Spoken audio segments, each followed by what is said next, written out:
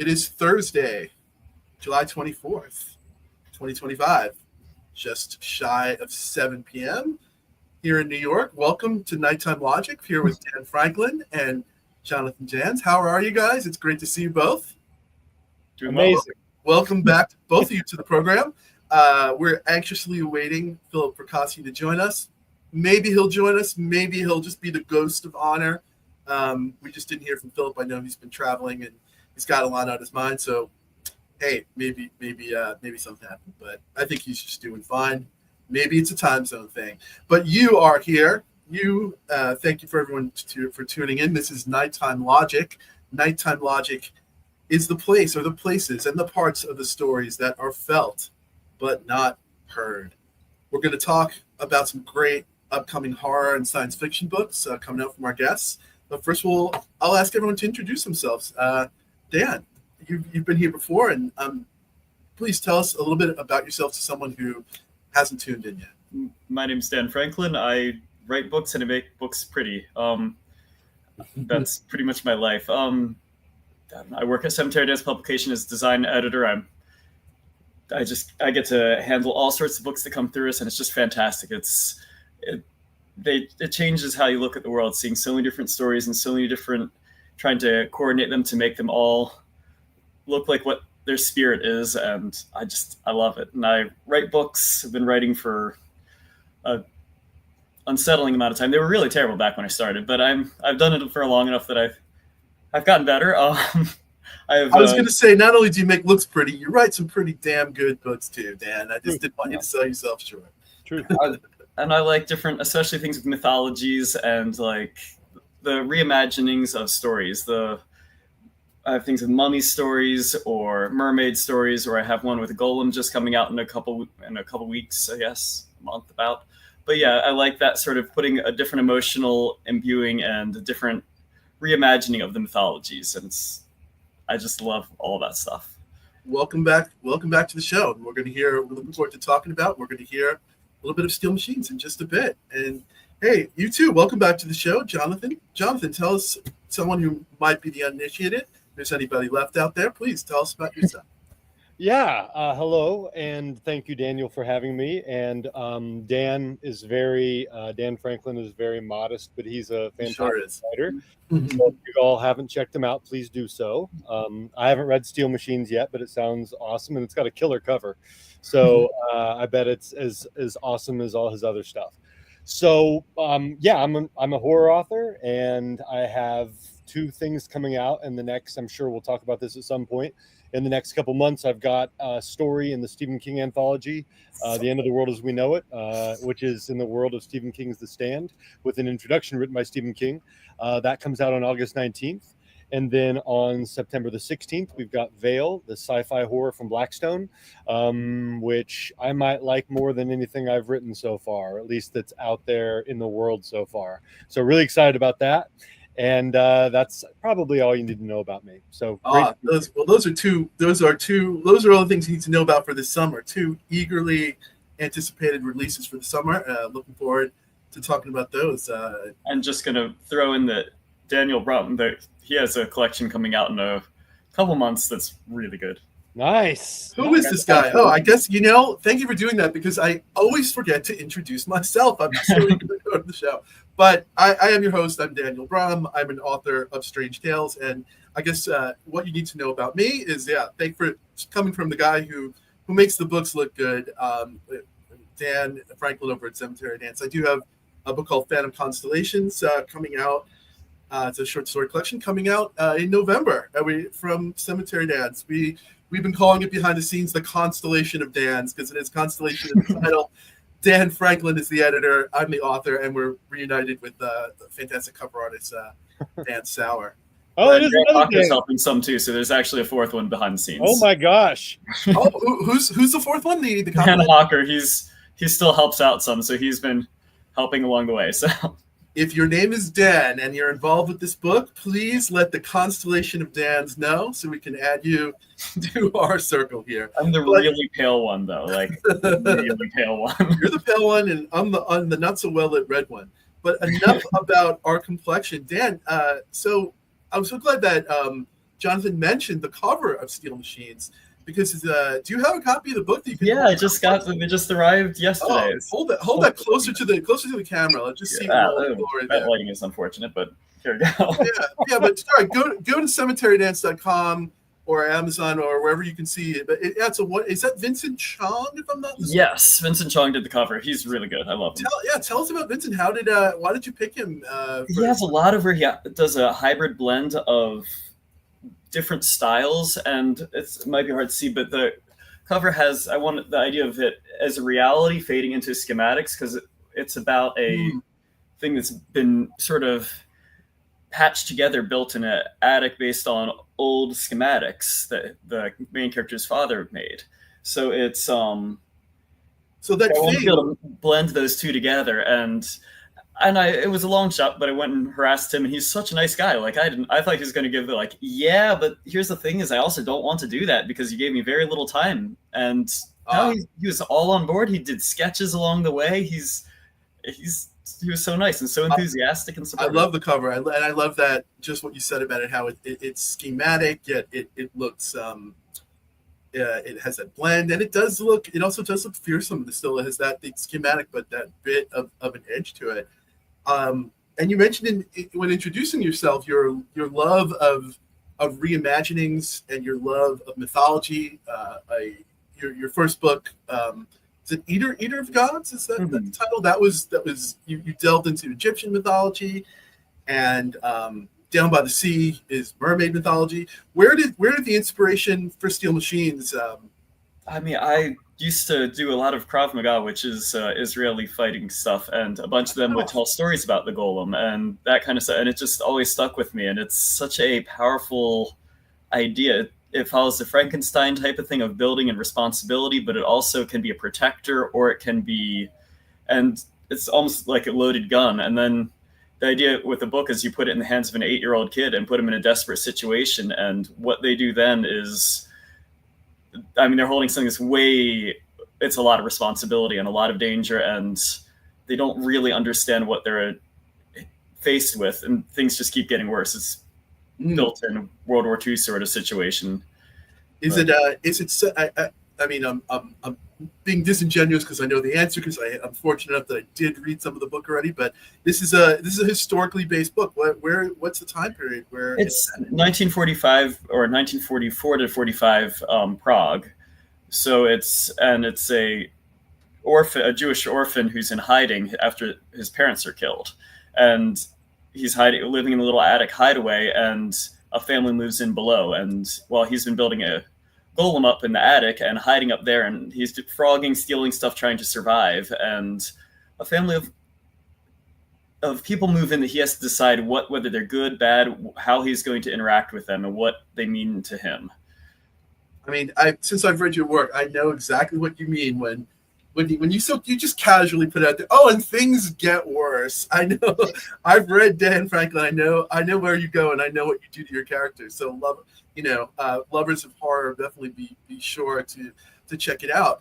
But let's back it up a second. Tell us, for those who might be uninitiated, tell us a little bit about the lore or the supernatural there. You mentioned that this 8-year-old gets some schematics, and he's building a golem up there. What is a golem? Tell us about that, and maybe I have a little golem upstairs, actually from Prague. It's a clay one, but it's like this big. But golem thing is when you basically give life to the inanimate, and his father is an inventor of sorts who's been building a sort of clockwork creation, a gigantic metal person up in their attic while in hiding for the last 2 years, and it gets badly damaged when the parents are killed. But so the kid's couldn't build it fully himself, but he's repairing and replacing pieces of it, trying to build it back together, so that way it will become an animated protector or avenger or whatever it needs to be. And that's the story of the golem is really, really old. A lot of times they put it in the Prague area, but it's usually like 1600s or earlier, and it's about something usually made of clay. But I wanted to go a little more steampunky because I just love that kind of stuff, and all the gears, and the cover definitely looks very steampunk with the metal and the gears, and the title is Steel Machines.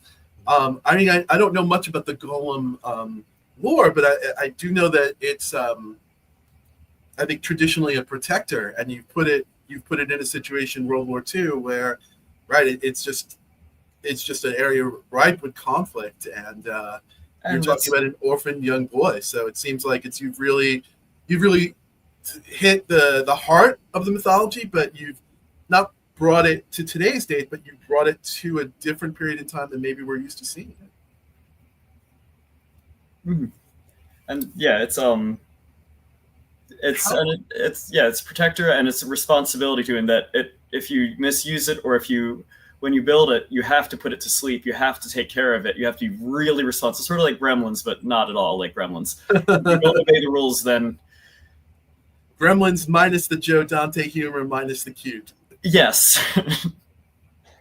How did you go about adapting it to the horror format, or how did you make it your own, and how did you feel like you made it a horror story and not a folklore story?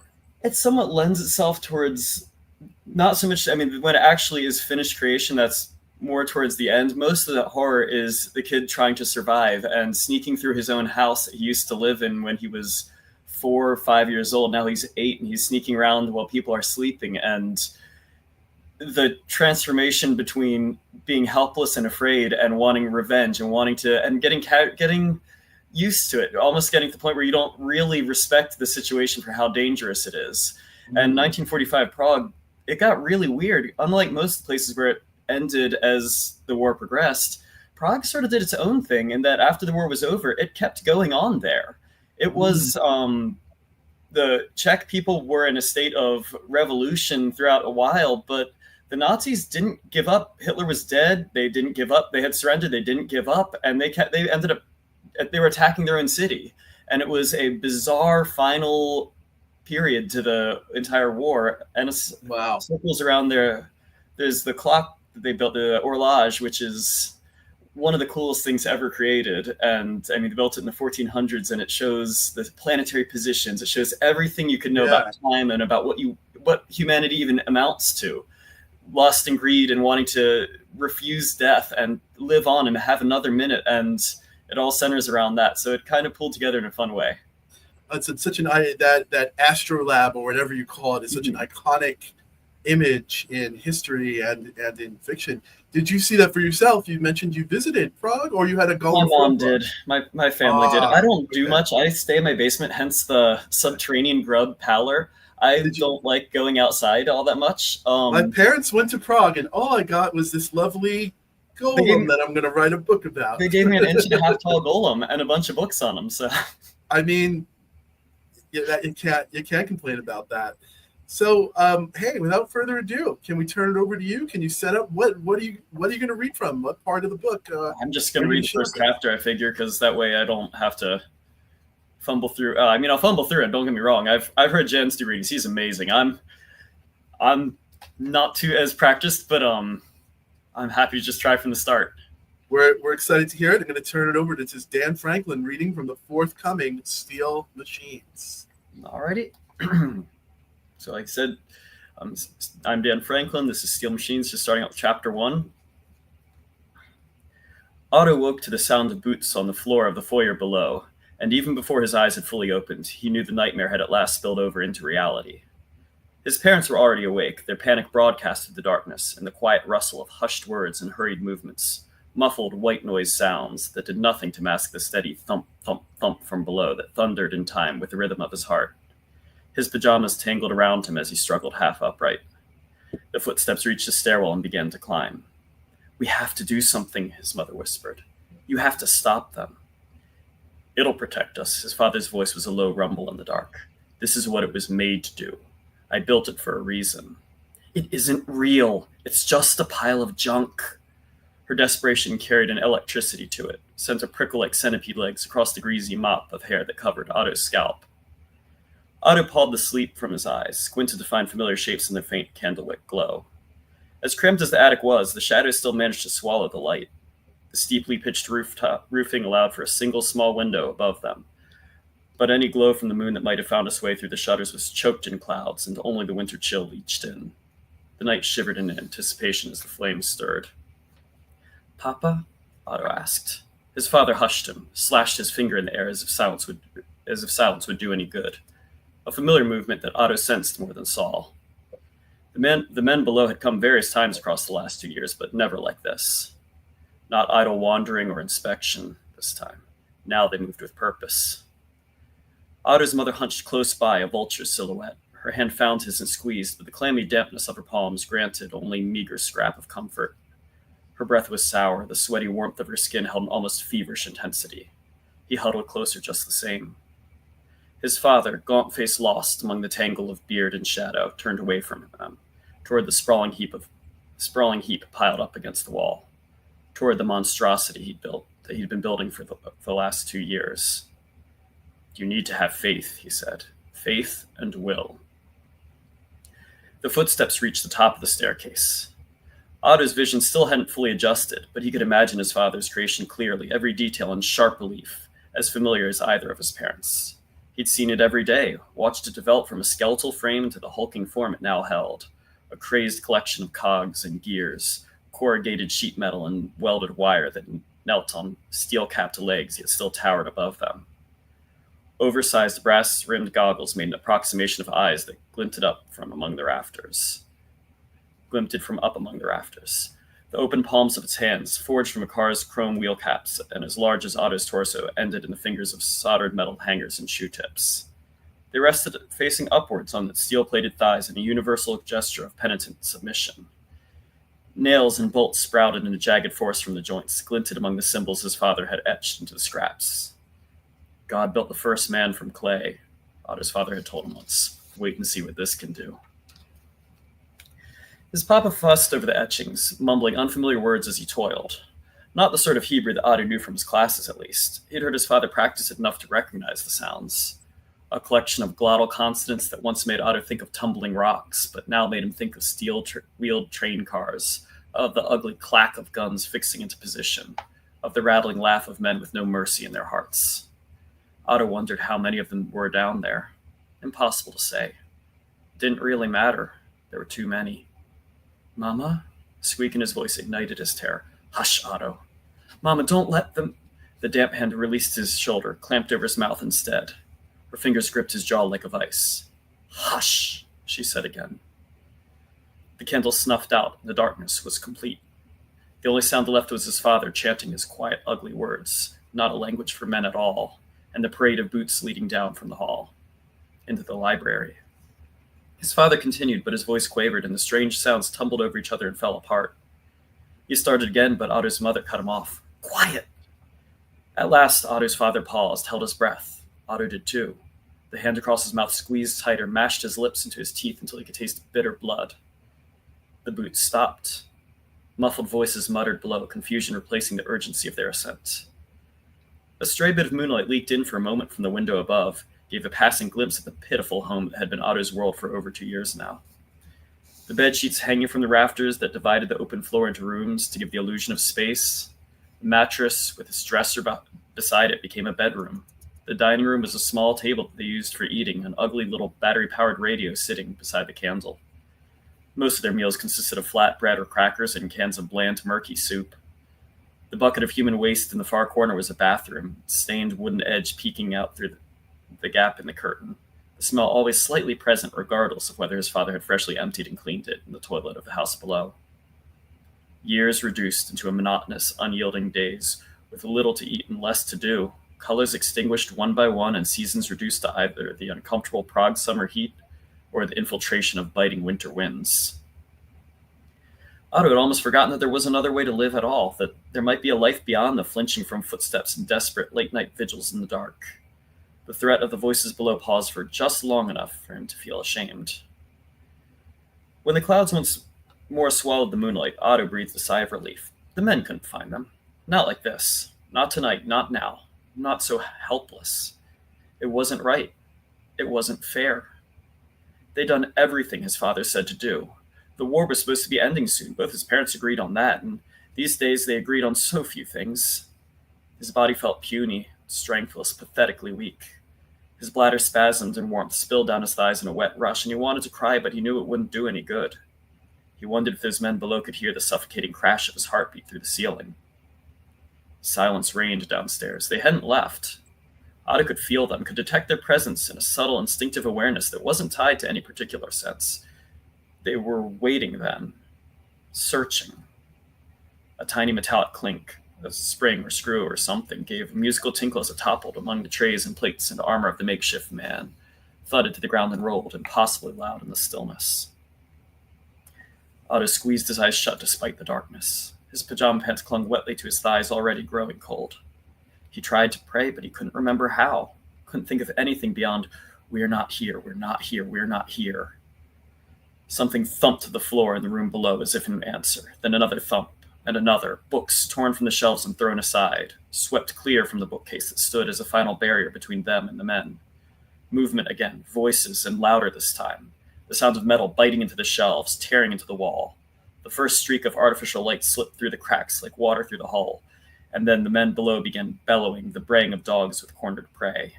Crack! Otto's father began praying in earnest, his incantation rising like a song, but his voice broke and the words became a plea instead of a command, and the metal man did nothing.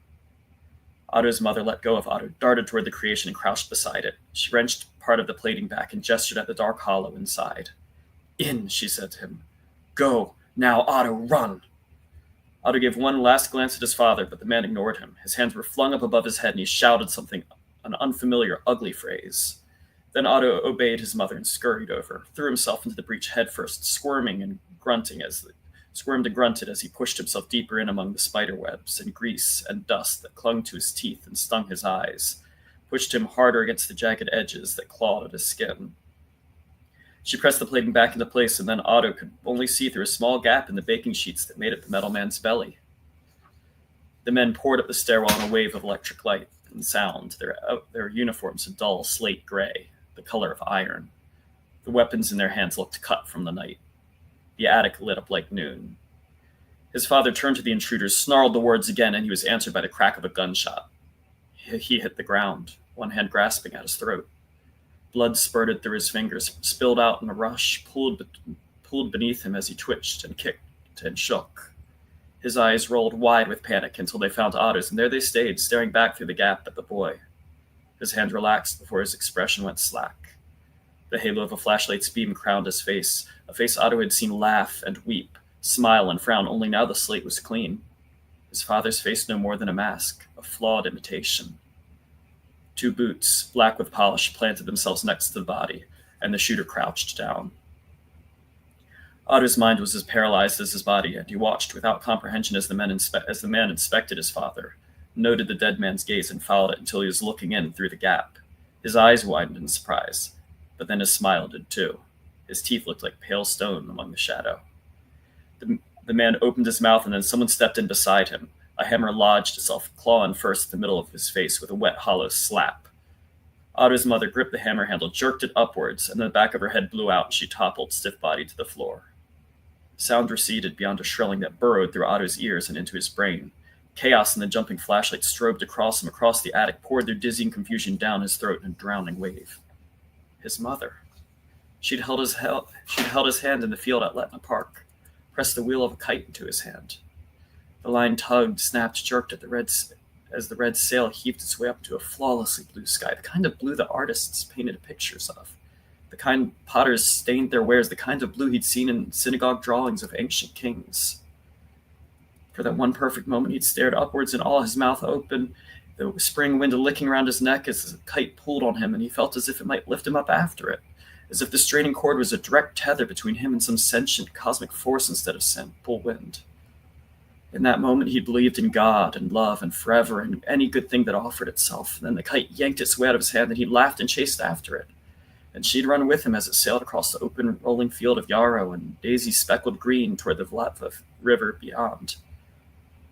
He squeezed his eyes shut and held on to the image, but it did nothing to dampen the hot stench of oil and smoke and cordite. He tried not to move, not to think, and still the night leaked in. The flurry of activity continued on, barely more than arm's reach away, but he didn't open his eyes to watch as they barked their commands and raced around. The man with the ruined face howled and whimpered, his voice slurry with fluid as they helped him down the stairs. The hammer had sprouted from the middle of his face. The claw bit in just below his nose. That wet crack was his skull unlatching. Otto's thoughts were a blur. Most of them left with the wounded man from the sound of it, but a few stayed behind. 2, he supposed, maybe 3. Otto could hear them grunt with exertion as they dragged twin burdens toward the stairwell, and then the heavy tumbling thuds that answered. They didn't speak as they knocked over furniture, tore cloth, rummaged about. The radio shattered with a musical crash. Table legs snapped. They had no need for words. The destruction was methodical, a mechanical process they had performed countless times before. And then when those footsteps retreated too, Otto opened his eyes to find a single man standing in the middle of the room. Unlike the iron gray of the others, he wore black. A band the color of blood gripped one arm. The glowing tip of a cigarette danced in front of his face. The bodies of Otto's parents were gone. They threw them down the stairs, dragged them off, gone like smoke, he thought. Wisps leaked from the corner of the man's mouth as he panned his flashlight across the metal construct, as if some terrible fire guttered and burned within him.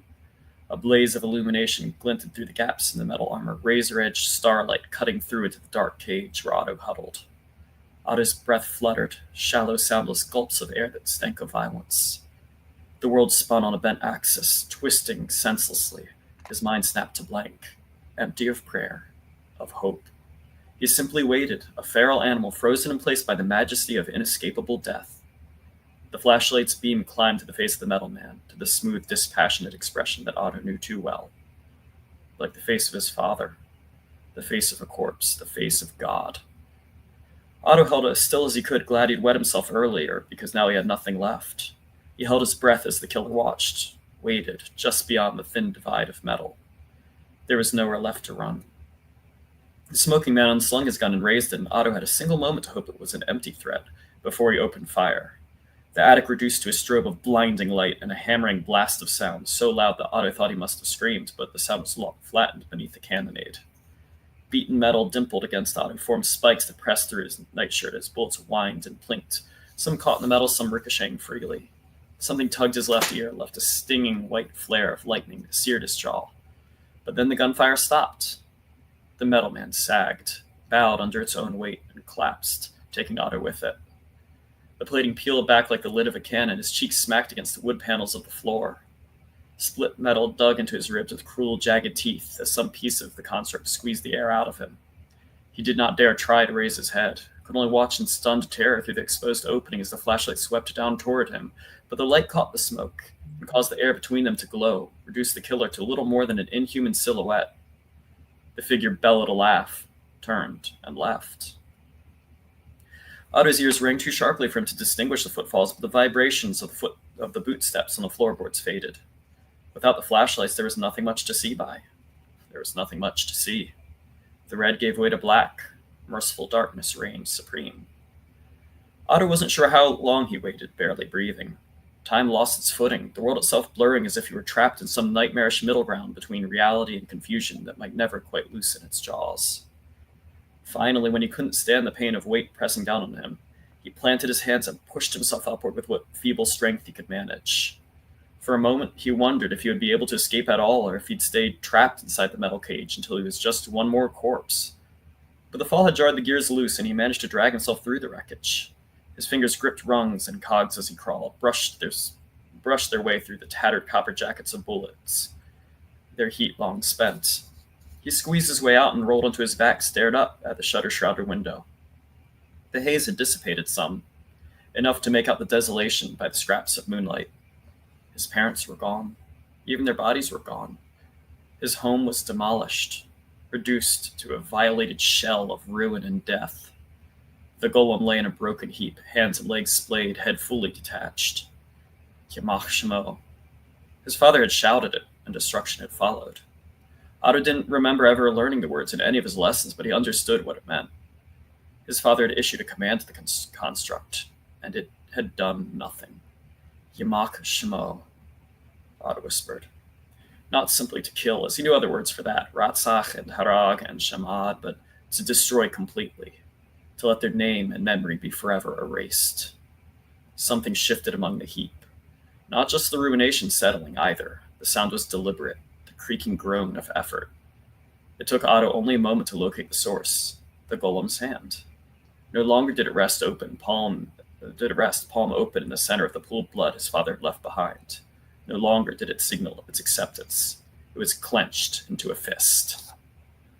And that's the end of that one. But great reading. Dan Franklin reading from Steel Machines, out August 19th or thereabouts from Cemetery Dance Publications. Thank you so much. Thank Dan. you. I apologize for the attempt to speak the Hebrew. I don't know how to pronounce things well. It sounded, a magician never reveals their tricks. It sounded that's how it meant to sound. Exactly. That's what I always do. My superpower is to mispronounce anything and everything, especially in my native language of English. So it sounded great to me. Before we talk to our next guest, I had a question or two for you, Dan, before we move on. What do you have a favorite reimagining, either in film or in literature? I'm going to throw out Christina Henry's book, Girl in Red. She takes Little Red Riding Hood and makes it into a post-apocalyptic survival story of a girl trying to get through some woods. The wolves are men, and she's a teenage girl with an axe, and she's trying to get through it. And it is such a cool way to re-envision the simplest, and I mean, it's a pretty dull story originally. You would think like Little Red Riding Hood, she goes, it's so simple, and then you read this and it's just fantastic. It's like, I love that. That's so cool. Wow. I mean, yeah, I like all sorts of ones, but that's just one that leaps out as really neat. The question I have for you, is there a mythology that you've not yet tackled, and if so, which is it, one that's not yet tackled, or not one that you're maybe intimidated or not on your slate of forthcoming projects? I have two. I worked on a Wendigo project at one point, but I don't feel like it was good enough, so I want to rewrite it. And then I have one sitting with my agent that involves the Filipino monster, an Aswang, which is so cool. The creature is not, I mean, my book is cool, but the creature's so cool. It's absolutely just horrifying on so many levels. So what's it called? Did you say Aswang? Aswang. It can mean a lot of different things, but like different mythologies, different areas, and they represent what's going on in the culture a lot of times. But here you figure we have Bigfoot, we have Mothman, we have Jersey Devils. There they have something that will slurp the fetus out of pregnant women with its tongue and then sometimes crawl inside them. And that's just one of the many antics it gets up to. And it's supposed to be very intelligent and very, very willful on how it treats the world. So it's really cool. But now that's a horror story waiting to happen, or built in of all the horrors in the world right there. It's so fun. I mean, not if you get your gut slurped out by a long protruding tongue, but it's a really cool mythology type thing. Right. Thank you so much, Dan, and thank you for that wonderful reading from Steel Machines. Let's move on to the science from the wonders of the Philippines and from World War II. Let's move on to the future in our foray into science fiction. Jonathan, we were talking before in the green room. Does this mark your first foray into the science fiction arena? It does. And Dan, that was an amazing reading. I was here for all of it except for the very end. I went to get a drink of water. I can vouch for it. I saw that coming. I can vouch for it, Daniel. It always works that way. I was there, right, Daniel? Like you were. I got up. I did my bathroom break towards the beginning of this reading, so I was there, and then I felt like an actor, like the stage opened and I was gone. Like I was there the whole time. It was really, really good. It's really awesome. I've got to read a tiny bit of the chapbook for Vale because it's really good, and all the rumors that people have been saying about how good it is, they're legit. It seems like I'm excited. Well, thanks, man. I appreciate it. Thank you. Yeah. Congratulations on getting so much. Yeah, I've been seeing so much great advance praise for it. So way to go. That's really great to see. When did you start thinking about science fiction? You're known primarily for a horror writer, but is there any science fiction that's inspired you? Yeah, I think I see horror. I think that like many people, like many book people, see horror as this little kind of like category, this little area.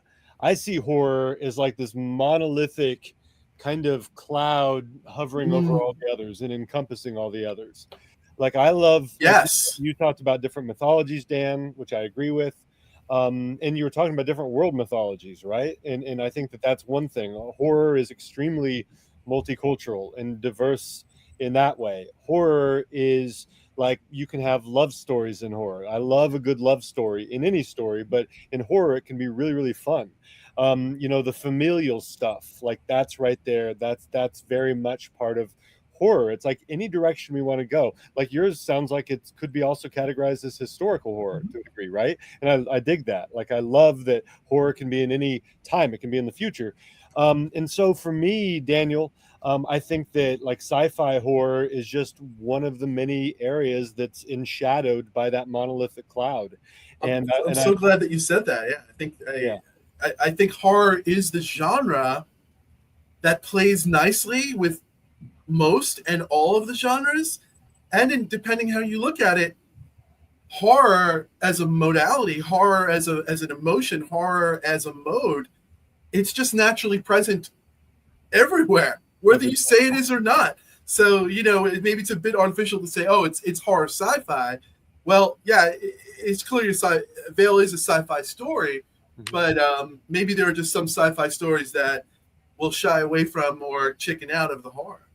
Yeah, I mean the sci-fi. It's funny when you think of. I know that sci-fi horror obviously exists, and what I found interesting about sci-fi horror is that when I started to, like, I always have a lot of projects going on, but I always want to like read. I want to make sure I'm well read in the area in which I'm writing. So I just thought, okay, I've already read some. Like I'd read Who Goes There, the inspiration for The Thing. Oh yeah, yeah. And I'd read like a lot of John Wyndham, like the Midwich Cuckoos and the Chrysalids and Day of the Triffids. I'd read a lot of or at least some sci-fi horror. I read one called The Night Flyers, I think, by George R.R. Martin. Yeah, sure. So I'd read plenty, but I went kind of in search of more. But what I kind of found was, even though there is sci-fi horror, and then you go into the film realm, it seems like there's not really that much of it. But what is there, like Aliens, like the movie Aliens, the James Cameron movie, is awesome. Like it really hits hard. I consider like Bird Box sci-fi adjacent. I consider Quiet Place sci-fi adjacent. So I feel like when like Annihilation is another one that's kind of like horror sci-fi, but I feel like when you can kind of blend those two interestingly, I feel like that really strikes a chord with the audience. I think you hit it right on the head, and I like when you started out that little passage by saying like, oh, horror sci-fi is a thing that exists, and I always wanted to interject because I'm like, yeah, it exists, but it's like that's the box, that's the label that we fans are calling the stuff that we like, because these things are their own sui generis creations. Like all these works that you talked about are great works of originality. And Alien, The Thing, Annihilation, all those things that you mentioned, but we're just calling them that. Like, oh, that's after the fact we're putting it in the box. We're like, yeah, that's space horror, or that's sci-fi horror, which is perfectly okay. And we're even let's talk for a second about the for me the big one in the room. We're all fans of Stephen King here. Let's mention Stephen King's The Tommyknockers. This is a story that I know the answer to because we were talking about it in the green room. But when did you first come across King's The Tommyknockers, John? Yeah, I think the groundwork was laid when I was younger. My mom was always really into Twilight Zone. She was into like there was a Leonard Nimoy narrated show called In Search Of. Oh, know it well. Have the box. Yeah. There you go. In Search Of the Loch Ness Monster, Bigfoot, or aliens. And I love that. She loved that. We always watched that. So I wasn't a reader until I was 14. I just didn't think I was smart enough. So I went to a bookstore and I picked up a book, and it was like I just on a whim I bought this really fat paperback.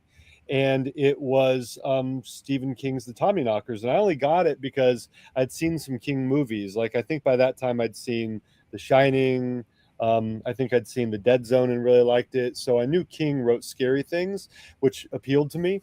I didn't think I'd be smart enough to read it, but when I did, it was just, it's so, and like you and I, Daniel, talked about, I don't think it's King's favorite book, but I think he kind of underestimates it, because this idea of finding the edge of something sticking out of the forest, just the corner of something, and then like feeling some presence within, and like feeling vibrations. When I started to read about that, I was absolutely enthralled. And Same here. I've always been a movie guy. I found that book to be gripping. It was. And I don't think I've gone back to reread it since I was a kid, but I suspect if I went back, I'd still love it. And I just, I'm far be it from me to tell King his business, but I think he underestimates what he wrote. I remember it being a fantastic book. I'm so focused on a different aspect of Tommyknockers that I'd almost forgotten that aspect of the tension of so much. Maybe it's because of slow burn. I mean, King gets a lot of credit for a lot of things, but man, is he master of the slow burn. Like, yeah, there's a whole, we can talk about I'm glad we're talking about the Tommyknockers. It does seem to be one that's either kind of panned a lot. And I didn't even know it was panned by King. It's one I hear a lot of fans panning it. Maybe people just don't like the slow burn, but taking the slow burn aside for a second, what remember like freaking me out about Tommyknockers, and I didn't even know the term yet for body horror, but Tommyknockers operates as body horror. That lady is slowly but surely being physically transformed, and it's not pretty. And I don't think I'd ever read anything quite like that at the time.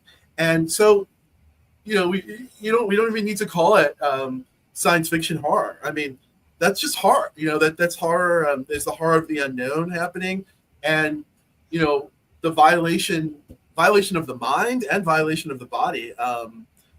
And it had a hell of an ending. A hell of a science. I think it cements itself into the science fiction realm. Like it really had a hell of an ending that I respected. So, hey, three cheers for Tommyknockers. And amazing. So, can you tell us a bit when did the first bits of Veil come to you? Yeah, I think it just began. I had an image of I'm not the first one to think of something like this, but the image of just somebody being snatched into the sky and disappearing. And it's funny, I'd already begun to write Veil when Nope came out, the Jordan Peele movie. Oh, sure, yeah. And I saw that was a good one. That was a good one. Yeah, it is a really good one. Speaking of sci-fi horror, maybe that's a bit of a spoiler, but when I saw the trailer, I saw somebody get pulled up into the sky, and it's funny. Like I and some friends, we talk about how it's really not something to worry about, like to worry that your idea is too much like another idea, because like so many things, like we're all watching the same like news, we're all experiencing the same world events, we all see the same article being shared from some scientific journal on social media. Yeah. So to a degree, we're all kind of like brewing up. And so things just are the zeitgeist. Things are on people's minds individually and collectively, and. Exactly. It's not even new to say there are no new stories. It's just how we tell them, Right. So I think that image came to me in 2022. I think right before Nope came out. I think, and then I started writing it in 2022, and it sold in 2024. So it's almost a rite of passage to be a writer when you have this great idea, and then wait, this movie's coming out. It's like. I think you really earn your writer's pants when that happens to you. You're like, I swear I wrote it, and from the looks on both you guys' faces, I think the pain, and the joy of the coming. Like, I honestly did that. Do you have a copy? I see the poster behind us. Can you hold I think there is that image of being snatched up there. Yeah. Who's the cover artist on that one?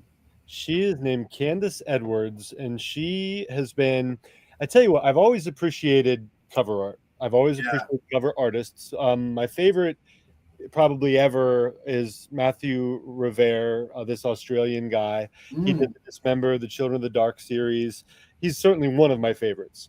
And there are a lot of great ones. But I think what I really started to appreciate the most about Candace, and I think this is also like it speaks a little bit to my, I don't know if it's growth or regression, what it is as a writer, but like, with Matthew, his first draft was never the one.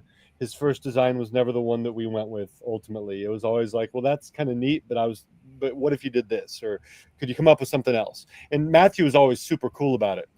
With Candace, that I took that to kind of a new level, to a level where she required like superhuman patience. And I think that might be part of the secret sauce of a great cover artist. Not just talent, not just vision, but I think it is that patience. Yeah. And I'm sure firmness is necessary too sometimes, maybe especially as you're getting near a deadline, maybe that comes up. But she was so extraordinarily patient with me because I gave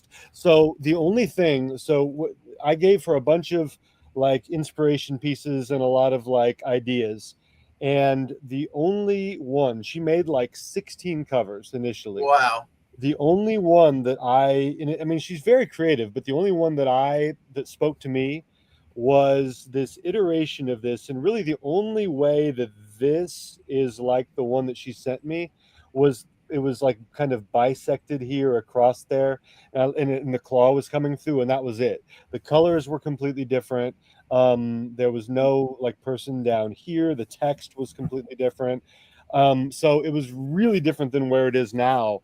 But what I did, well, I kept like asking. We spent like, this sounds like an exaggeration. We spent probably 4 days of her and my editor and agent and and maybe even somebody from marketing, like 5 different people, and my movie people, like 7 people were like emailing each other for like 4 days about the way the blurb should look, about the way Josh Mallerman's blurb should look, the text font, the text color, the position of the blurb. Like we just went round and round forever, and all 7 of us had different ideas, and we were trying to reconcile those. And all the time you're trying to, like, you don't want to be disrespectful. Like, I'm not a cover artist. I know what I don't know. I know that she's infinitely more talented than I am, that I have none of that skill. But I do know like what pops to me, what appeals. You know your vision, and you know you see it, and it's so fortunate. It sounds like a wonderful thing that you had a team, you had your own focus group on there, because I think everyone now gets it. I don't think anyone is poo-pooing that, because let's face it, we all love horror and we love books, but we love everything about it. We love a good book. Dan, you're a designer. You've worked with so many cover artists, and Jonathan, you clearly have this vision. And let's face it, we want our book to not only just be beautiful words, but to be a beautiful thing and to communicate to the people who need to hear it. So I'm like, 4 days, that how fast? That sounds fast. And 7 people sounds about right to get to know. There's no shame for something. What's working, what isn't working, and even just on the personal satisfaction level, to be like, I love this book, and you want the cover that sings to you. And whenever you talk about this book, I saw the big poster at Scares That Cares, and you guys did a great job. So you can tell it's gorgeous and fantastic. Well, thank you. Yeah, Dan, I wonder how you feel about all that. Like for me, I'm going to mix metaphors a little bit, but like they say, too many cooks spoil the stew or soup or whatever. I love the input, honestly, because the idea is you want, especially with small press, when you're getting towards the bigger, they have more people involved because you have to worry about moving things. My thing is I want the author to love their book. Yeah. If you're not proud of your book, if it doesn't represent you, you're never going to be happy. It doesn't matter how well it sells, how any of that stuff. If you don't love it, it's not right. So when you talk about going back and forth, when you get the cover artists and they all send things, that's always a good sign. That means that you are in the good creative space. They're good.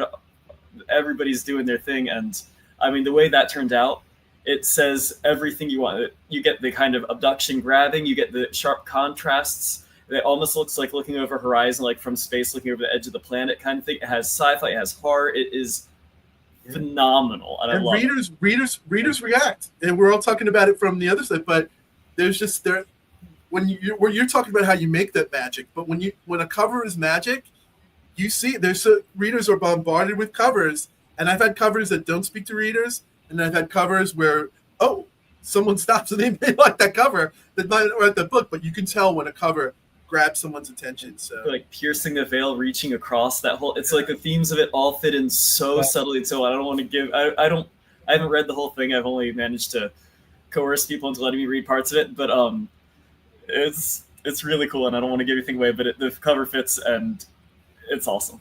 Let's have Jonathan give some of it away. Tell us a little bit about the book, and then do a little reading and tell us what you're going to read from. Let's hear it. Without further ado, let's hear from Vale. Sure. Yeah, absolutely. So this one, I think we've mentioned, this one comes out on September the 16th. I'd love it if you pre-ordered it. If you do pre-order before then, go to my website and there's a form you can fill out and you get this free chat book that Dan was very kindly helpful with, by the way. He's super humble, but he's also extraordinarily kind and cool. So here is something you get free if you pre-order this, and this is signed. It's kind of an exclusive limited edition chat book. It's from the universe of Vale. It involves some of the characters from Vale, and it might be the only chance you can have to get this. So I would definitely pre-order Vale so you can sign up for this. Anyway, I'm going to put on my glasses. I'm going to start at the start, and I think that's I think Dan did that, and I thought that was wise, and it just feels like that's the right way to begin here. So let's go ahead and start. I won't bother you with the recommendation, not the recommendation, but the dedication. Excuse me. I guess we already did the recommendation. All right. So here we go. The epigraph. This is one of my favorite epigraphs. It is from The Doors. Break on through to the other side. Oh, my heart. I love The Doors. I love that song. I love that song in relation to the story. I love that quote beginning this. Here we go.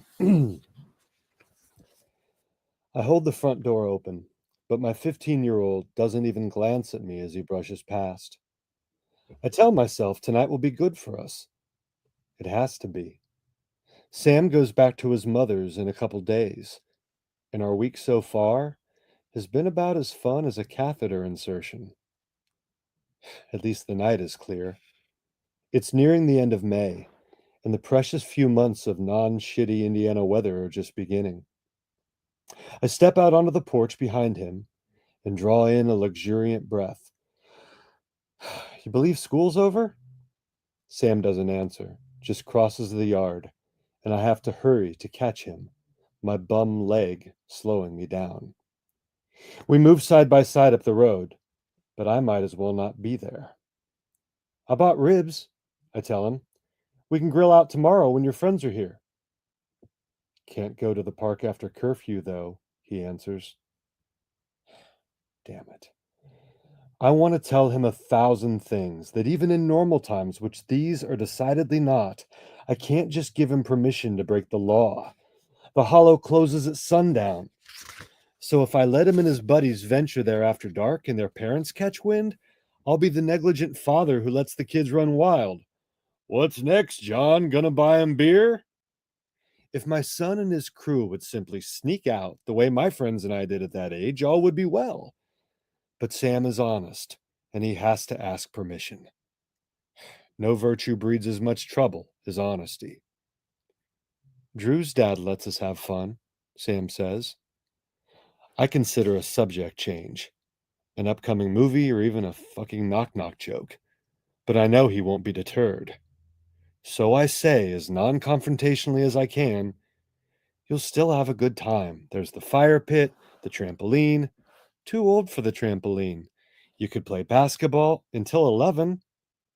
I sigh. Our neighbors have to work in the morning. You have any idea how loud a basketball is on concrete? Sam mutters something under his breath, and we're at that tipping point where I should let it go. But I hear myself demanding, "What did you say?" You're nicer to the neighbors than you are to me. I clench my jaw. Sam's a sweet kid most of the time, when he gets his way. And my own dad and stepfather were such shitbags that I want to be better. So to most of Sam's requests, I say yes. But he requests things all the time, and it can't always be yes. And now I'm fuming because this isn't how it's supposed to go. We're supposed to enjoy a night walk to Insomnia Cookies. Instead, we're fighting, and I can't control my own anger, much less his. You're so nice to your students, he goes on. Everybody thinks you're this great guy. I steel myself. But you're not like that at home. Why do you always have to be the responsible parent? Why can't you be fun for once? Mom is outstanding, I think. The mom card. I tell myself, turn down the temperature, don't engage. But this is bullshit. For the billionth time, I wish my son could see who I really am instead of some grumpy old bastard. Or maybe you really are a grumpy old bastard. And now he gives me the silent treatment, Sam says. Fantastic. I draw in a shuddering breath. I don't want to fight with you. Then let us have fun. That word again. Fun. According to Sam, I'm the thief of fun, the stealer of joy, the mangler of hopes and dreams. Are other kids like this? I don't know. Sam's our first, so I've got nothing to judge by. All I know is that other dads act like they never have problems. They puff out their chests and proclaim, I just show my kids who's boss. Look, I begin. I know the past year has been tough on you. Don't, he says, and looks away. A hollow feeling gusts through me, and in its wake comes the guilt. He has been worse since you and Iris separated. You can't blame him for circumstances you created. There have been 3 disappearances, I say, but Sam is ready for this. They weren't even kids, Dad. The 17-year-old was, and she probably just ran off. The other 2 were old, so don't pretend there's some child predator on the loose. People go missing all the time. I want to argue that the other 2 missing people aren't old. They're 28 and 34, for goodness sake. But a worm of disquiet is insinuating its way into my guts. I don't like the energy tonight, and not just between me and Sam. It's like the shadows of the historical homes looming over us are denser than normal. Fiendish creatures eager to slurp us up and digest our bones. But if I turn back now, Sam will use it against me. We round the corner, Sam enumerating all the reasons why the disappearances are nothing to fret about. That 3 in the same day are simply a coincidence. You need to follow your own advice, Sam tells me. What do you always say to us in class? I shake my head and try to ignore the dull throb at the base of my skull. Be a scientist, Dad. Think about why we're always arguing. It's not complicated. You're right, I say. It isn't. Whatever you get, you want more. He makes a scoffing sound, and I recall how pleasant it was to have Sam as a student this year. No matter how poorly we were getting along outside school, as teacher and student, we were fine, because school was uncomplicated. There, Sam trusted me, or pretended to. There, he believed I was competent. As a dad, he considers me an abject failure. You might not believe this, I say, but I care about you. I want you to be safe. This is the safest town in the world. Can't you just loosen up? Yes, I think. I do need to loosen up, but not about this. There's no way I'm giving you permission to run around the woods at night after 3 people have disappeared. But in general, yes, I need to loosen up. Your mother tells me the same thing. Sam is stalking forward, moving too fast for me. He's ordinarily sensitive to my limp, but not tonight. I grit my teeth and push my bad leg harder, needles of pain piercing me from sole to knee. Did you see the Cubs score? I venture, but I sound out of breath. Old. He shakes his head at the obviousness of my gambit, and God, I hate this. Why does it always have to be so strained, so stilted? I glance at his profile and observe the strong jaw, the flawless nose, and simultaneously admire the handsome man he's becoming and lament the little boy who once loved to spend time with me. We reach the edge of campus, insomnia only 2 blocks away. I want to believe once we get our cookies that everything will be fine. But I know they won't make this better. My son is too hard-headed, and I guess I am too. I can't let this slide into stony silence without telling Sam how I feel. After staying at his mother's last week, he seemed reluctant to return to me, a reluctance that's been growing with insidious persistence since Iris and I separated. You're losing him, a voice whispers. There's an office building on the right, a parking lot beyond, insomnia on the other side of that. Time's running out. I stop. Hey, Sam? He pauses at the far edge of the office building, but doesn't turn. What? I swallow. Whatever I do, I don't do it to control you. I do it because I love you. His shoulders sag, and he puts his hands on his hips. I know you love me. I just wish you remembered what it was like to be young. With that, he rounds the corner and enters the parking lot. A thickness in my throat. I follow him, and when I limp around the corner, he's not there. It's possible he's just run ahead, or merely hiding, but I know in my gut that he's gone. Just gone.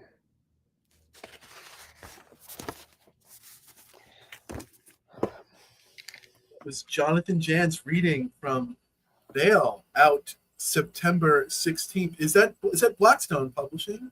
Yes. And you can order at his website and get a free chapbook, signed, limited, that's in the Veil universe. Pre-order it, but out in September 16th. Great reading. Thank you. Thank you. Appreciate Thank you for that. And yeah, how cool that you have the Doors epigraph in there. You're bringing together the Doors, science fiction, and insomnia cookies all in one. I hadn't thought about it. I hadn't thought about you said that, but the Doors were kind of about expanding boundaries, right? So there we go. I guess it ties in more than one. I wouldn't even say kind of. I mean, that's just right. I mean, break on through. Like go through the. I mean, that's all. Well, we'll stop. We'll cut it there. We can talk about the Doors all day. But one question I had for you. We've got September 16th is a day to mark. Also, I believe August 19th, in addition, that's when Steel Machines is out. But is that when another King project, End of the World anthology, is out? Yeah. I feel like it's not that much competition. I feel like they're up here. I'm aiming a little different level, but they need to be paired up as a pre-order. I mean, if you buy one novel on August 19th, and who can stop it? Who can stop at just one novel? It's got to be Steel Machines. Yep. And then if you buy one multi-author anthology on August 19th, or why wait? Just pre-order them now, everybody. And doesn't have to be a competition. Don't wait for the last minute. But tell us about End of the World. What's that project about? Yeah, so for the first time, Stephen King, this is thanks to Christopher Golden and Brian Keene. Yeah. They, super quick history, they wrote or they edited an anthology about Joe Lansdale's drive-in, trilogy. And so Joe Lansdale allowed authors to come write in his sandbox, in his universe of the drive-in, which is kind of like this seminal horror, sci-fi, weird area, which is just awesome. So Stephen King read that. It was a great anthology. It was awesome. I was very thankful to be a part of that one. And then, because I love Joe R. Lansdale, he's definitely a main influence on me and a mentor. But then King read that book and loved it. And then that gave, I think, Chris and Brian this worm of an idea, like, hey, what's it going to hurt to ask? King will probably say no, but let's ask him. And they were both such tremendous fans of The Stand that they asked him, what if we did a Lansdale book only in The Stand universe? Would you allow it? And he responded within like minutes. I think it was 2 words with 4 exclamation marks. It was "do it." And then Brian and Chris were like, what a thrill. They were sitting together, and they were like, they kind of like looked at each other like, holy crap, this. And so like I think Brian was when he's like, hold on. and he emails Steven and he's like, you realize what this means? Like, people are going to be writing in your world, and like, you're cool with that? And King was like, absolutely. And he only had a couple of parameters.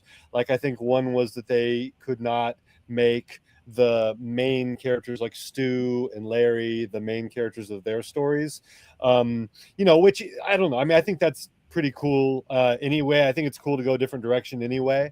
To like make it an expanded world, like not change. So he's not changing the stand. It's just like giving those stories that make it expanding the whole breadth of the entire. It's a world-spanning book. Like, you can do anything anywhere in that time period. It's such a cool. It is, and I think the one exception that they allowed, that King himself allowed, Maurice Broaddus and Wayne Brady, I think, co-wrote a story where Mother Abigail is like a main character, and I think that's kind of cool. That's neat that they are going to, because that's such a neat character, and I think that there probably are untold stories with her. So that's going to be fun, but the rest of it is going to be kind of Dan, like you just described, like you both described. And so, I got to write a story for that. I'm so extremely thankful for that, and just so honored to be a part of it. And King wrote the introduction, which is also a thrill, and he approved the stories, which is also really exciting. What a thrill! Yeah, so I'm just really excited about this. Congratulations. Congratulations for at least, I want to say, over a year. It's been ages I've been looking forward to that, and it's just. So we have a little bit of time left. I was hoping our ghost of honor, Philip Fracassi, was going to show up, but let's just mention Philip's book. The one that's coming out next, I believe, is called The Autumn Springs Retirement Home Massacre, and that's out in September, I believe the 30th, from Torn Nightfire. So please, we'll have Philip back. He's been on the show before. I'm not going to, the few minutes of time we have left, I'm not going to attempt to be Philip's understudy, but I think I'll just jump in. I'll tell you a little bit about my most recent book, and I'll read a couple of pages for you. Oh, cool. He's got it. He's got an arc. The Autumn Springs Retirement Home Massacre. Scathing envy. I just googled the image. I just I was like, wait, did you like 3D print that up? I just wanted people to see the one that you were referring to. Now, it looked like an arc there for a second. Yeah. Dan and Jonathan, I think that you guys did it right by reading from the beginning. I've always wanted to read from the end of a book or a story, and I never do. My stories are so long. My stories often rely a lot on ambiguity and just that subconscious. So it's hard. My long stories, it's hard for them to, it's hard to put that in a brief reading. I'm not sure that's going to work today, but I figured the next time I read, I did want to read from the end of a story. So I will do the sin of introducing a story and then just read from the end. And this will be an experiment to see if it even comes across as a decent reading. The book is called Creatures of Liminal Space. It's an illustrated edition. It was a thrill to work with the artist Dan Sauer. Just everything these guys said about an artist being professional and being more than an artist. I say that and more about working with Dan from the constellation of Dans. This was a great experience, and I can't also. That's why we, when Dan Franklin, I have to use everyone's last name because there's so many of us, approved him to work on Phantom Constellation. As much as I love Dan's work, I can't wait for you guys to see the Phantom Constellations cover. So really excited about it. But I will show you, I will tell you a little bit about the story I'm going to read from, which is called A Loch Ness Monster Under the Light of the Southern Cross. And it's got Loch Ness Monster in the title, but maybe or maybe not. This is not a UK set story. This is a story set mostly in the jungles of Central America in Belize. And it's a story of a man who, it's a love story of sorts. He reunites with a childhood flame or a childhood crush many decades after tragedy in her life. She had a brother who was killed and a father who disappeared under sketchy circumstances. Sketchy meaning, was he involved in organized crime? Was he not? And during just a a turn of events. They're in a 7-Eleven and they see her dad on like a TV show in a 7-Eleven, and they go off on a crazy adventure, just into the wildness of the jungle to find her dad. And the truth is perhaps stranger than fiction. Is there a creature in the jungle? Is it a sea creature? What was the truth that happened to her dad?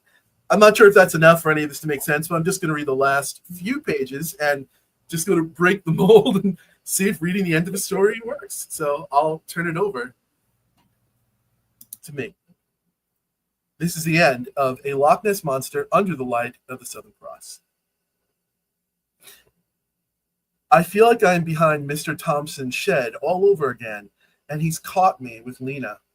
Only this time things are real. This time I have been kissing her. Sir, please, I say, but we're not together. My daughter told me, Ronnie. You're lucky I believe her. I wish you hadn't come here, Ronnie, Mr. Thompson says and lowers the gun. Why are you here, sir? You must know the rumors, the ghost story. You know that's all bullshit, Ronnie. No suicide? No shootout?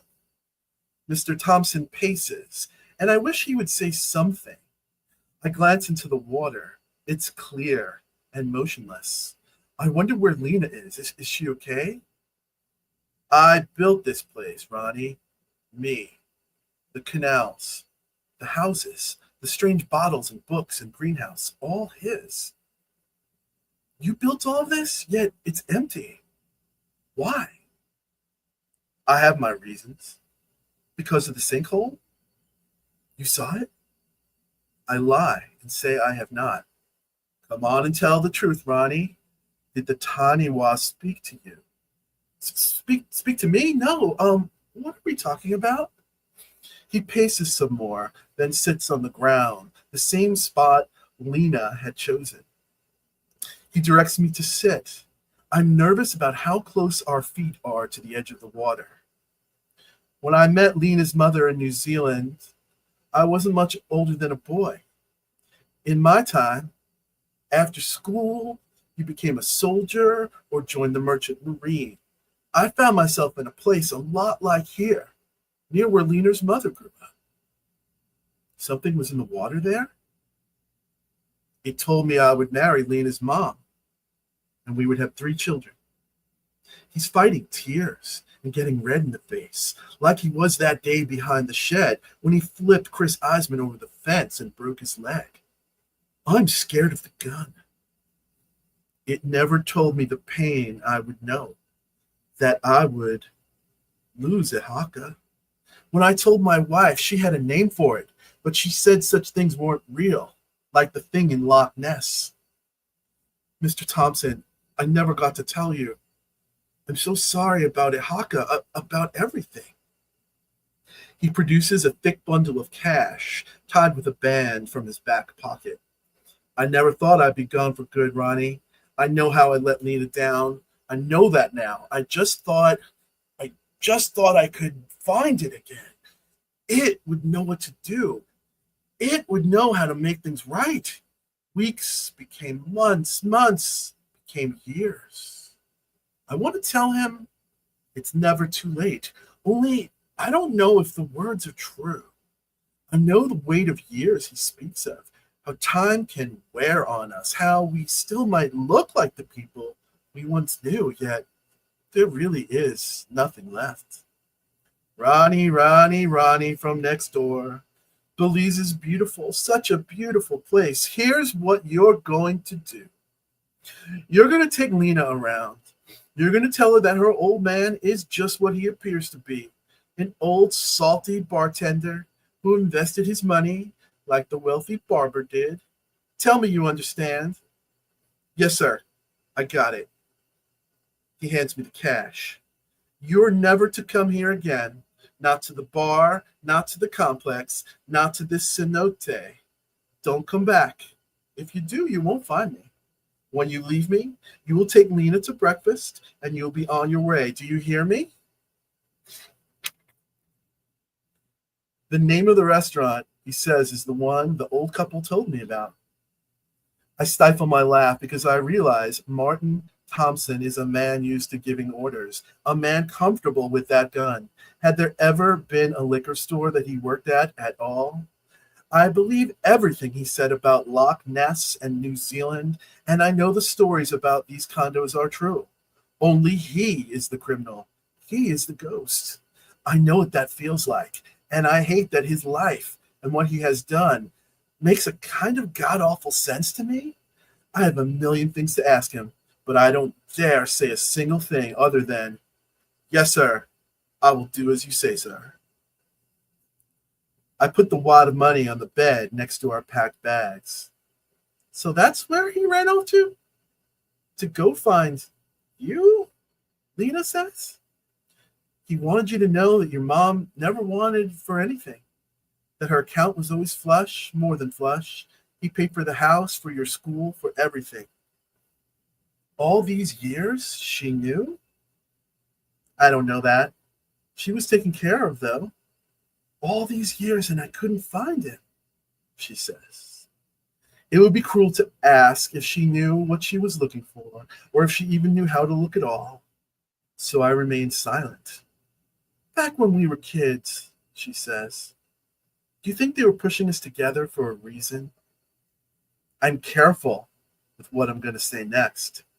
There are no reasons, no meanings. Constellations aren't real. They are only the shapes we make of things. Oh, don't answer, she says. Don't worry. I don't think we're soulmates. We're not even a couple. Are you lost? Why did the creature ask it? Why did it show me the flotsam of my life? It dawns on me after all these years, I've never given returning to California a second thought. So all of Belize, huh? Lena says. You know where I want to go first? I want to feel her lips on mine again. I want the quiet of mind, the abandon, the rush it brings. But the charge we felt last night is gone. In its place is an excitement we once knew, a sensation not unlike the juvenile thrill of sneaking out your bedroom window. I am going to listen to Mr. Thompson, and I am going to take her to breakfast, and then wherever she wants. But first, I know she wants as much as I do to see the sinkhole one more time before we go. The moon is down.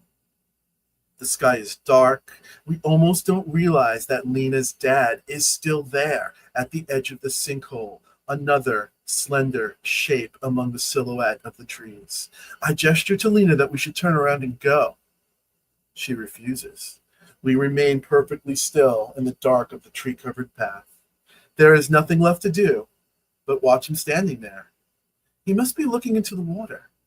There's no sign of anything other than lizards and birds and the sounds of their awakening, the coming change to daylight.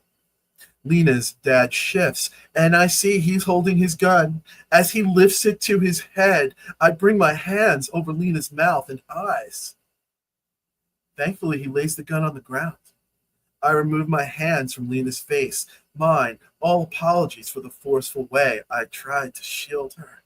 He sits and takes off his shoes, then unbuttons his shirt. We watch him slide out of his clothing, ease himself from the bank and into the water. He swims to the center. We watch him submerge and wait for him to surface. After a minute, I wonder how long can he hold his breath?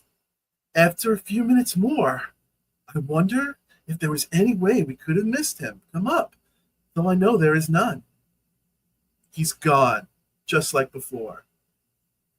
As the sky lightens, together we move to the bank and look into that crystal clear water for any sign of him, but find nothing, just the last traces of the stars before morning. And that is the end of A Loch Ness Monster Under the Light of the Southern Cross from Creatures of Liminal Space. Cheers. Thanks. You can pick that up wherever you buy books, but please consider checking out the Green Hand Bookstore in Maine, where they've got some signed copies in stock. So the woman who owns Green Hand's awesome too, Sulieri.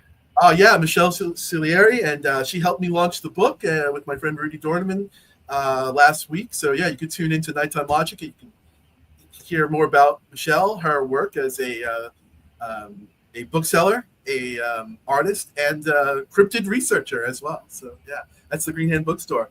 But gentlemen, one more time before we go. Steel Machines, when's it out? Where can we pick it up?